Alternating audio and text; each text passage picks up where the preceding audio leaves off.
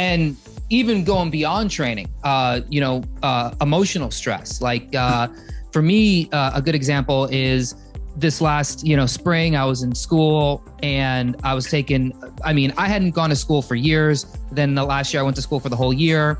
And the second semester, I just decided to take on a pretty hefty, school load. And between that and, my business and just trying to have like a somewhat normal life. And then of course there's the, lockdowns and COVID and everything going on. By the end of the semester, my HRV was low as it had ever been on the ring. And it's not like I was physically like working harder. I wasn't like, I was working out the same amount. It was just the emotional stress. I think it drove it down. And since now I'm 3 months into my summer break, I've been meditating every day. The HRV has risen even on days when I do go hard in the gym. My recovery days are much better. My HRV is much better, but it's just interesting to know that the psychological stress that you put on yourself also plays a big factor into that. Your mind does not know whether it's a real tiger or a paper tiger. Okay.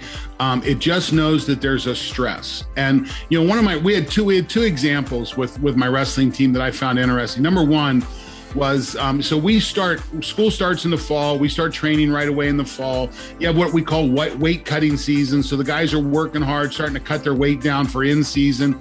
We have a couple competitions before Christmas. But between Christmas and New Year's, they usually go home, they have a break. But when they come back right after New Year's, that's when we really go into our hard season, okay? And I have about 6 days after they return from New Year's, I can do a good deep training dive. I mean, we can really dig in. Well, when we started measuring HRV, we came back and normally the guys get back and we really pound them the day they get back.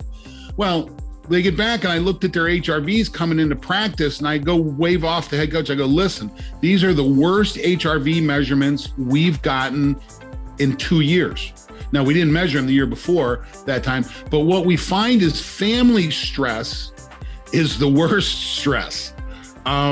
So we had to give the guys a day to recover from being with family to get them back in their routine. So that was an interesting observation that we made. So it's important to pay attention to that. Listen, vacation can be stressful. You're changing routines. You're in the sun. There's a lot of things going on. Probably some alcohol in on top of that. You got to pay attention to that.